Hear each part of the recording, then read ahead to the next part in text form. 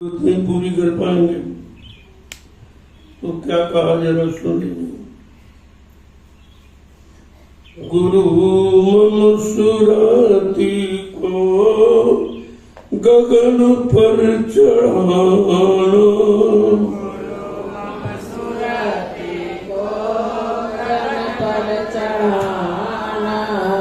गुरु मम सुरति को गगन पर चढ़ाना, गुरु मंसूरती को गगन पर चढ़ाना, दया करके सत ध्वनि की धारा गहाना, दया करके सत ध्वन की धारा गहाना, गुरु मम सुरति को गगन पर चढ़ाना, गुरु मंसूरती को गगन पर चढ़ाना, दया करके सत ध्वनि की धारा गहाना, दया करके सत ध्वन की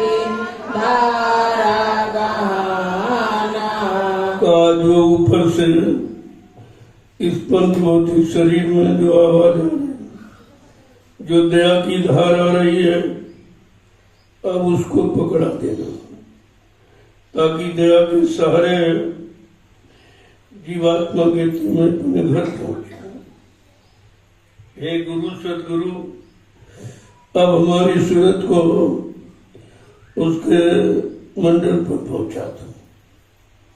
ये मृत्युलोक मंडल में भटकते भटकते न मालूम कितने युग बीत गए, अभी तो घर नहीं पहुंच पाई।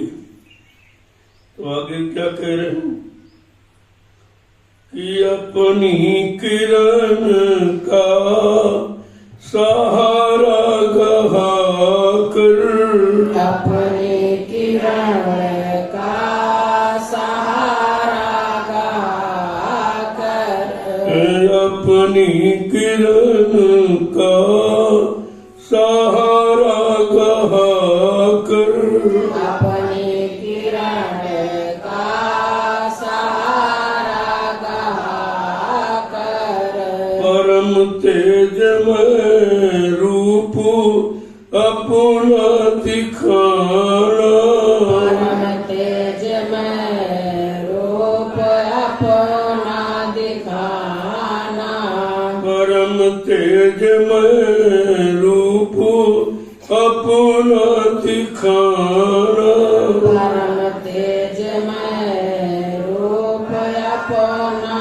दिखाना, गुरु मम सुरति को गगन पर चढ़ाना, गुरु मम सुरति को गगन पर चढ़ाना, दया करके सत ध्वनि की धारा गहाना, दया करके सत धन की धारा गहाना, अपनी प्रकाश की किरण का एक सहारा देता,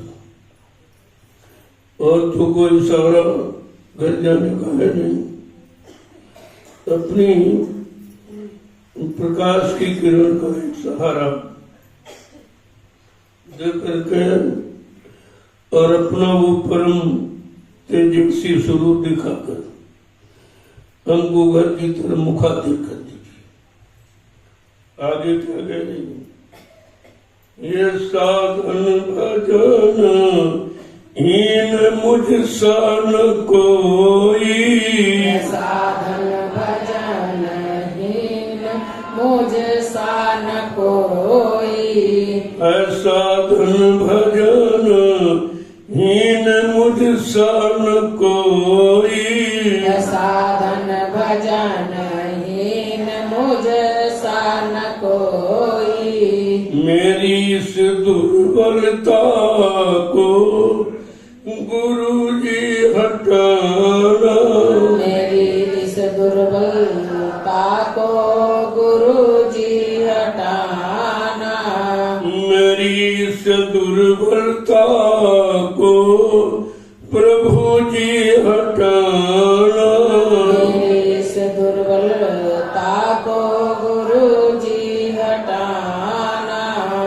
गुरु मम सुरति को गगन पर चढ़ाना। गुरु मम सुरति को गगन पर चढ़ाना। दया करके सात ध्वनि की धारा गहाना। दया करके सत ध्वन की धारा गाना। नहीं विद्या नहीं बाबुल नहीं खर्चन के दाम, मुझसे पति तपन की तुम भद्रा। कहते हमारे में कोई साधन नहीं, कोई भजन नहीं, किसी तरह का कोई अच्छा सच्चा कर्म है नहीं। लिहाजा मेरी इस बड़ी दुर्बलता, मेरी इस कमजोरी को आप मिटा देना और मेरी सूरत को अपने बल से हमारे घर की तरफ मुखातिब कर देना। इस तरह से सूरत की आत्मा रो अपने सदगुरु से प्रार्थना करती और क्या कह रही है? ये पापों के संस्कार जन्मों के मेरे। ये पापों के संस्कार जन्मों के मेरे। ये पापों के संस्कार जन्मों के मेरे। ये पापों के संस्कार जन्मों के मेरे। है जो बेदया कर क्षमा कर मिटाना। जो है वो दया कर क्षमा कर मिटाना। है जो क्षमा कर दया कर हटाना। जो है वो दया कर क्षमा कर हटाना। गुरु मम सुरति को गगन पर चढ़ाना। गुरु मम सुरति को गगन पर चढ़ाना। दया करके सत ध्वनि की धारा गहाना। दया करके सत ध्वन की धारा गाना। आज इतने जन्म मिले, जिन जिन शरीरों में जन्म हुआ, पापों के सिवा कुछ किया ही नहीं था, क्योंकि वो योनियां ही भोग की थी और भोगों से बढ़कर और कौन सा पाप। कहा निरंतर वही करता रहा और एक जन्म नहीं करते जितने जन्म दिए। समय पाप ही कमाया है, कोई शुभ कर्म तो किया नहीं, क्योंकि वो योनियां शुभ कर्म करने की नहीं थी। उनमें केवल एक ही 6 कर्म थे: खाना पीना सोना, मलमूत्र त्याग करना और औलाद बच्चे पैदा करना। इसके अलावा कोई काम किया ही नहीं था। और ये जब मौका मिला है इस पंच भौतिक शरीर का, तो उसमें भी वही काम करने लगे। तो क्या कह रही है? अब वो दया करके क्षमा भी कर देना और हमको अपने घर पहुंचा देना। आगे क्या कह रही? तुम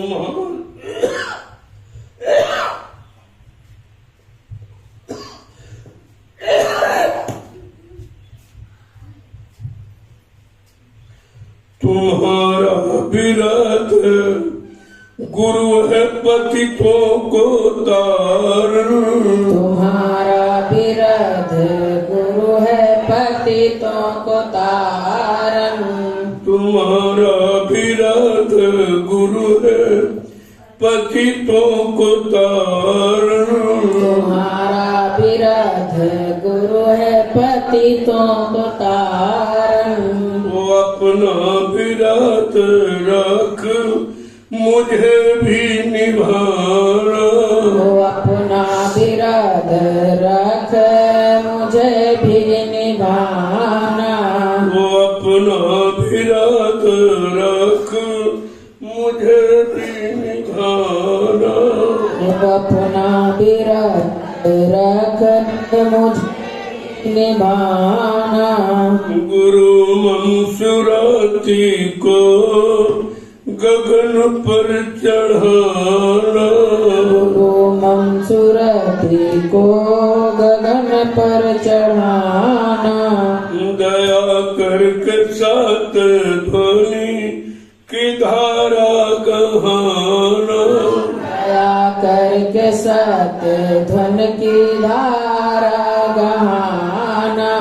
कहते हैं सदगुरु, तुम्हारा तो काम है पत्तों को उतारने का। पापियों के उद्धार के लिए मानव तन धारण करते हो, तो मुझ पापी का भी उद्धार कर दो। अब कोई सहारा नहीं है, क्योंकि जितने आए सब इसी तरह फंसे रहे बेचारे, और उनसे आशा लगाई वो निराशा मिली। किसी ने हमारा ये काम नहीं किया, ना एक पाप को माफ किया है और न कोई सच्चा रास्ता बताया। अब आप अपना विरध रख करके, अपना प्रण रख करके इसे पूरा करो, जो तुम्हारा प्रण है कि भक्तों की रक्षा का, जीवात्माओं के कल्याण का, वो अपना कर्तव्य आप पूरा करो। आगे क्या कह रहे हैं कि गुरु मंसूराती को गगन पर चढ़ाना। गुरु मंसूराती को गगन पर चढ़ाना। दया करके साथ ध्वनि की धारा गहाना। दया करके सत धन की धारा गहाना। इस तरीके से हमें आपको अभी रास्ता मिला है कि हमें कैसी प्रार्थना करनी चाहिए, क्योंकि हमने अपने आज तक शरीर इंद्रियों के लाभ की प्रार्थना की कि राज मिल जाए, पाठ मिल जाए, धन मिल जाए, दौलत मिल जाए, मान मिल जाए, सम्मान मिल जाए, अधिकार मिल जाए और मिल जाए, बच्चे मिल जाए। इसके अलावा कोई प्रार्थना करना सीखा ही नहीं था, क्योंकि यहाँ कोई और प्रार्थना थी नहीं। जब संत महापुरुष आए तो उन्होंने सच्ची प्रार्थना, जो जीवात्मा के कल्याण लाभ को पाने वाली है, उस प्रार्थना को उन्होंने जीवों के सामने रखा और कहा, नित्य प्रति तुम अपनी जीवात्मा के लिए प्रार्थना किया। आगे कह रहे हैं, देखो यहाँ कई प्रकार की भक्ति। भगवान राम ने जो सबरी को नौधा भक्ति का उपदेश किया था, 9 प्रकार की भक्ति। जब सबरी के आश्रम में पहुंचे तो सबरी की प्रेमा भक्ति देखकर, अटल विश्वास देखकर उन्होंने नौधा भक्ति का उपदेश किया।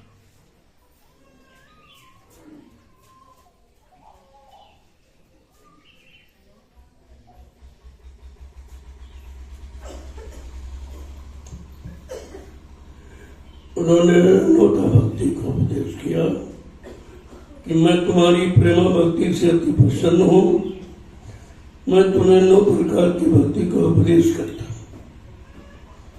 उसमें भी पहली भक्ति भगवान राम ने खुद अपने मुंह से कहा, प्रथम भक्ति संतन कर संगा।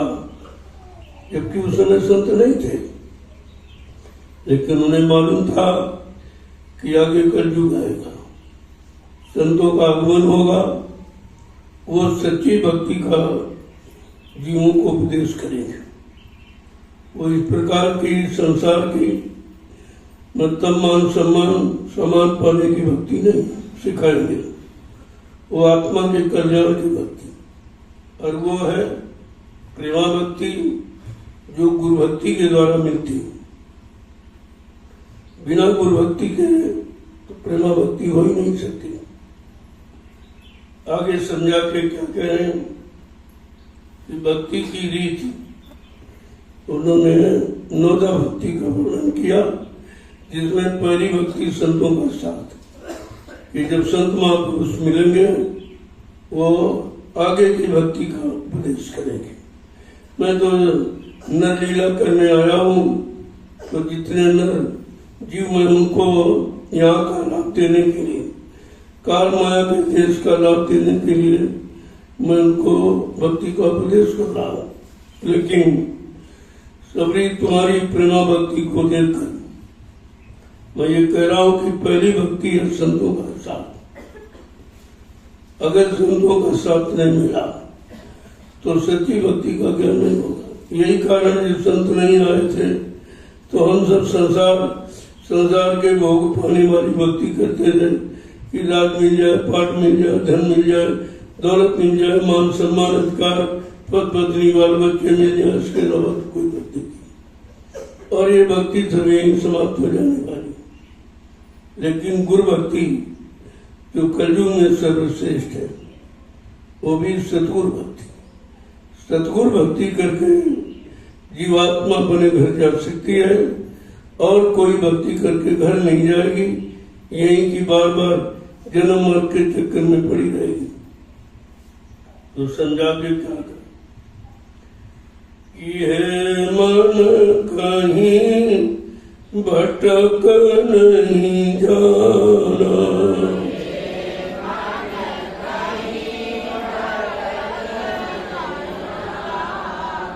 ये मन कहीं भटक नहीं जाना,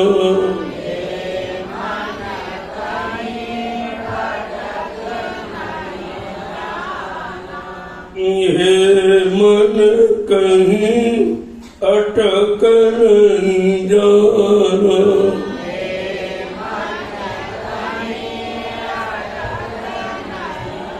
को आप समझा के कह रहे हैं, अरे मन तू बहुत भटका और बहुत भोगों में अटका है, तो अटक भटक और खटक को मिटा। अगर यहाँ फिर कहीं भट गया, पंच भौतिक शरीर में जो मौका मिला तुझे अपने त्रिपुटी धाम जाने का, अगर फिर कहीं भटक गया काल के सामानों में, तो फिर निकल नहीं पाएगा। क्या कह रहे हैं, लक्ष्य तेरा बस एक हो साथी,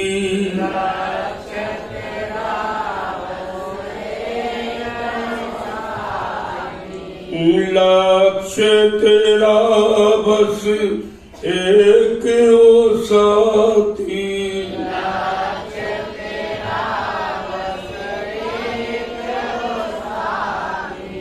सुन ले बात हमारी, सुन ले बात हमारी, सुन ले बात हमारी, सुन ले बात हमारी, ये मन कहीं भटक नहीं जाना।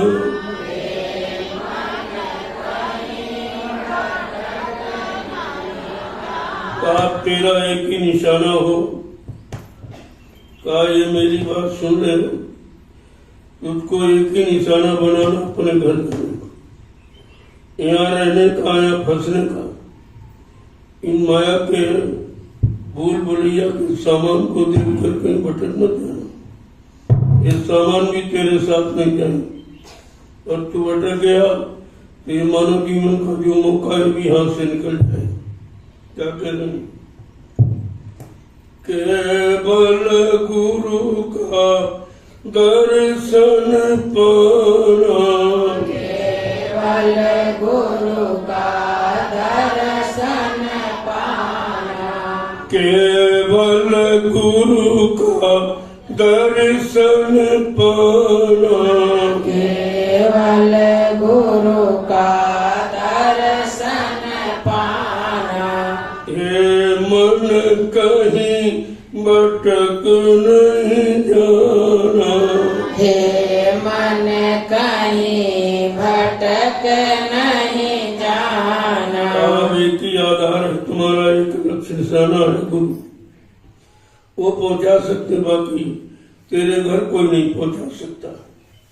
इसलिए तू अपना एक लक्ष्य, एक निशाना रख अपने शत्रु का। क्या कह रहे हैं कि लाख कहे कोई राह नहीं है, लाख कहे कोई राह नहीं है, लाख कहे कोई राह नहीं है, लाख कहे कोई राह नहीं है, लाख कहे कोई था नहीं है, लाख कहे कोई था नहीं है, तुम सबकी अनसुनी कर जाना, तुम सबकी अनसुनी कर जाना, तुम सबकी अनसुनी कर जाना, तुम सबकी अनसुनी कर जाना, ये मन कहीं भटक नहीं जाना, ये मन कहीं भटक नहीं जाना। अब लाख कोई बेकार ज्ञानी ज्ञानी विज्ञानी, लेकिन तुम किसी की सुनना अनसुनी कर जाना, यानी सुनकर भी उसकी बात को ध्यान नहीं देना। कह रहे कि अगर कहीं तुम अपनी बात फंस गए किसी के बहकावे भरवावे में, लोभ लालच में, तो ये भी शरीर जो तुमको तुम्हारे घर जाने का मिला है ये दोबारा नहीं मिलेगा। क्या कह रहे हैं कि ज्ञान योग से काम न होगा, ज्ञान योग से काम न होगा, ज्ञान योग से काम न होगा, ज्ञान योग से काम न होगा, काम न आवे पोथी, काम न आवे पोथी, काम न आवे पोथी, काम न आवे पोथी, ये मन कहीं अटक नहीं जाना, ये मन कहीं अटक नहीं जाना, माया को तुम डांट लगाना, माया को तुम डांट लगाना, माया को तुम डांट लगाना, माया को तुम डांट लगाना, ये मन कहीं अटक नहीं जाना, ये मन कहीं अटक नहीं जाना। ज्ञान और योग ये शरीर तक सीमित है, इनसे भी जीवात्मा का काम है।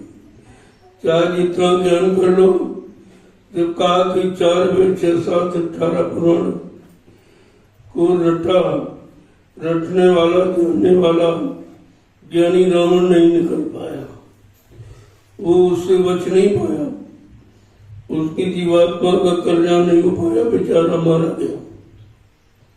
तो तुम ज्ञान और योग के चक्कर में और ये ओथी पोथी पत्रा ये जितना कागज में लेख है ये सब काल की करने का लेख, काल के यहाँ रहने का लेख है, काल के यहाँ रहने का ज्ञान है, ये आत्मज्ञान नहीं है। इसलिए आत्मा का कल्याण इस काले अक्षरों को पढ़कर नहीं हो सकता। आगे क्या है कि दृष्टि कहीं अटके नहीं तेरी, दृष्टि कहीं अटके नहीं अटकी, दृष्टि कहीं अटके नहीं तेरी, दृष्टि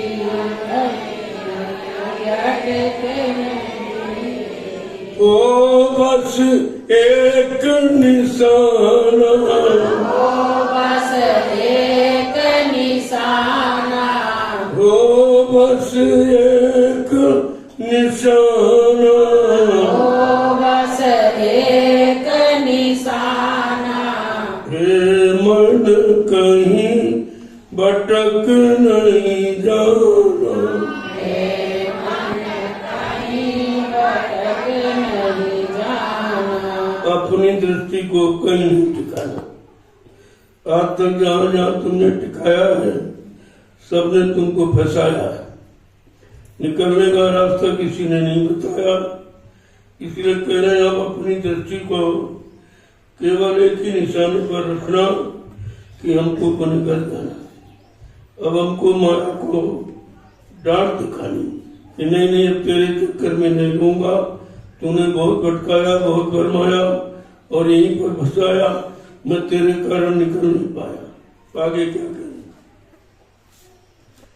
गुरु स्वरूप पर ध्यान लगा कर, गुरु स्वरूप पर ध्यान लगा कर, गुरु स्वरूप पर ध्यान लगा कर, गुरु स्वरूप पर ध्यान लगा कर, गीत यही फिर गाते रहना, गीत यही फिर गाते रहना, हे मन कहीं अटक नहीं जाना, ये मन कहीं अटक नहीं जाना, तुमने जिनका ध्यान किया उसी में अटक गए हो। ये समझ कर यही सच्चा ध्यान है। लेकिन ध्यान मूलम गुरु मूर्तिम, पूजा मूलम गुरु पदम, मंत्र मूलम गुरु वाक्यम, मोक्ष मूलम गुरु कृपा। मोक्ष गुरु की कृपा बनने पर, वो किताबों पढ़ने पर, पूजा करने पर मोक्ष निर्भर नहीं है। क्या कह रहे हैं कि गुरु स्वरूप पर हमेशा ध्यान को टिका के रखना। गुरु स्वरूप के यहाँ आते ही सारे ध्यान अपने आप हट जाते हैं। गुरु स्वरूप के आगे कोई ध्यान टिक नहीं सकता। इतना प्रकाश है, मतलब यानी कि उसके आगे कोई ठहर नहीं सकता। क्या कह रहे हैं? उन्हीं का गीत, उन्हीं का गुणानुवाद, उन्हीं के वचनों को हमेशा दोहराते रहना, ताकि तुम्हारा मन इधर उधर कहीं भटकने न पाए। आगे क्या कह रहे हैं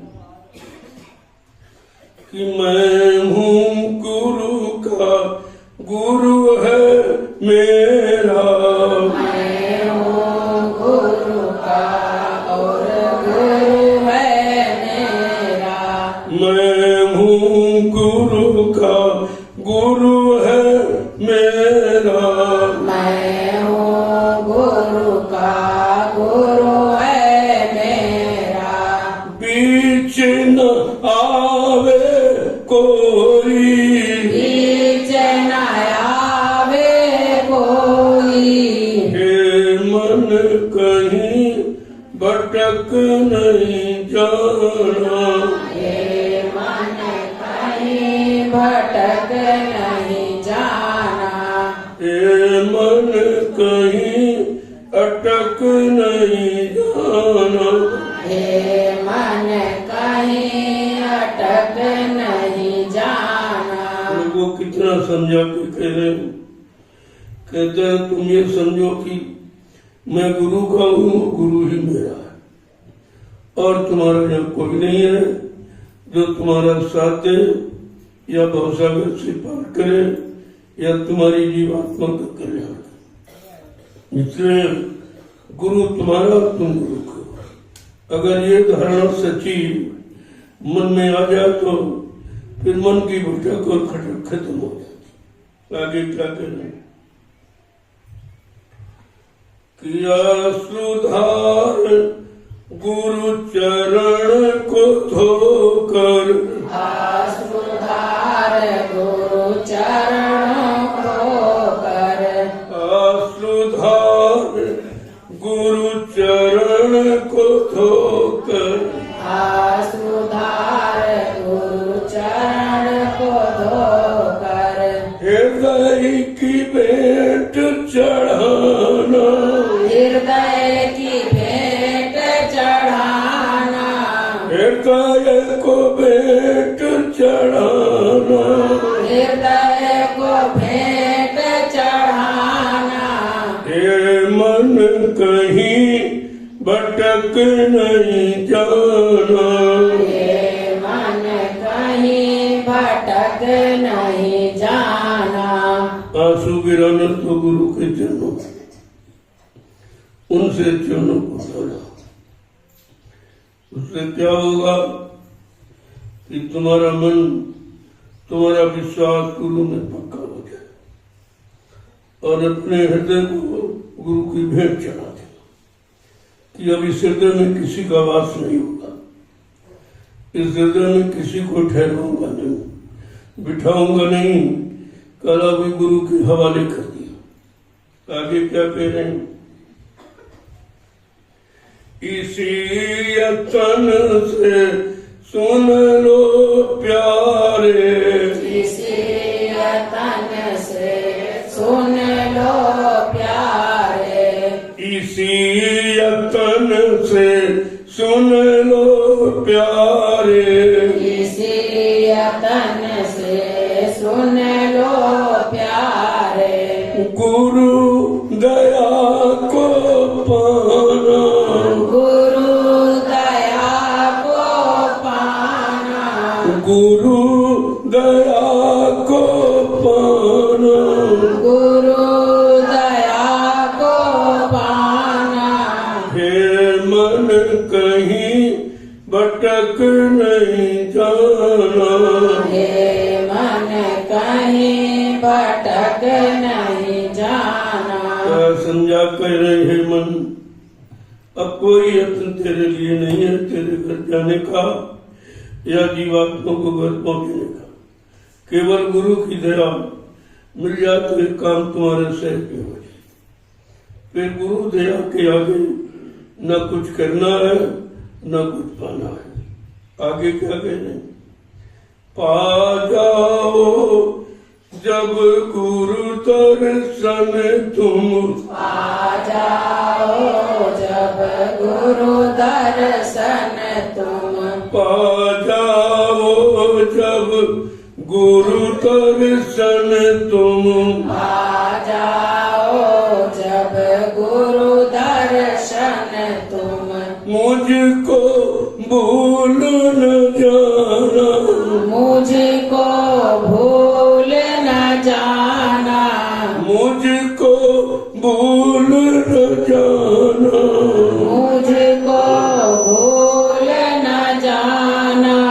हे मन कहीं भटक नहीं जाना हे मन कहीं भटक नहीं जाना आज गुरु का दर्शन मिल जाए अब किसी का दर्शन करने की जरूरत है जिनका जिनका दर्शन किया सबने फंसा दिया और आप खुद ही फंस गए आज जब गुरु का दर्शन मिल जाए तो सबको भूल जाना कि इनके सिवा हमारी रक्षा हमारी मदद कोई नहीं करेगा आगे क्या कहें मैं हूँ तेरी जन्म की साथी मैं हूँ तेरी जन्म की साथी मैं हूँ तेरी जन्म की साथी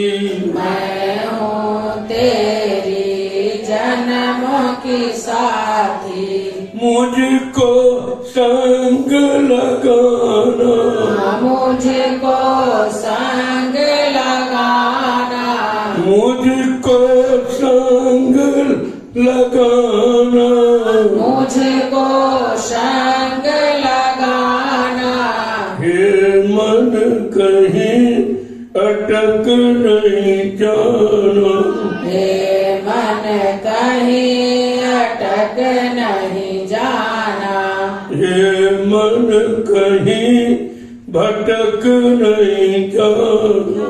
हे मन कहीं भटक नहीं जाना। वो समझा के कहते मैं तुम्हारी जन्म की साथी। अब वो कह रही कि हाँ मैं जान गया कि मैं तुम्हारी जन्म की साथी थी, लेकिन बिछड़ गई, समझ नहीं पाई, और मतलब अब मुझको संग में लेके चला। बीच में छोड़ मत देना, तुम जहाँ छोड़ दोगे वहीं मैं फंस जाऊंगी, मुझे रास्ता नहीं मिला। अब अपने संग लेके चलना। मैं तो नहीं जा सकती, मेरे में क्षमता नहीं है, मैं घर का रास्ता भी भूल चुकी हूँ। इतना लंबा समय यहाँ मृत्युलोक मंडल में गुजर गया, लिहाजा अब हमारी मदद करो, हमको साथी बना लो, हमको अपने साथ लेकर चलो। कहते काम क्रोध लोभ मोह को शील क्षमा संतोष तथा विवेक में प्रणीत करो, बदल दो। क्योंकि काम क्रोध लोभ मोह अहंकार को शील क्षमा संतोष विवेक के द्वारा ही बदला जा सकता, और इसको बदलने का कोई साधन नहीं है। ये संत महापुरुषों ने साधन निकाला है कि काम का काट है शील और क्रोध का काट है क्षमा। इस तरीके से ये जो उन्होंने रास्ता निकाला है कि अगर इन पर विजय प्राप्त करना चाहते हो काम क्रोध लोभ मोह अहंकार पर, तो शील क्षमा संतोष विवेक को धारण करो, तुम्हें सच्ची शांति प्राप्त हो सकती। और ये जो कहते धन से राज से पाठ से तो किसी को शांति मिले नहीं, सब बेचारे शांति को ढूंढते रहे और जीवन खत्म हो गया। और शांति का कि संतों के पास खजाना है। ये शांति सगुन का खजाना तो संत महापुरुष के पास, और वो किसी युग में आए नहीं थे।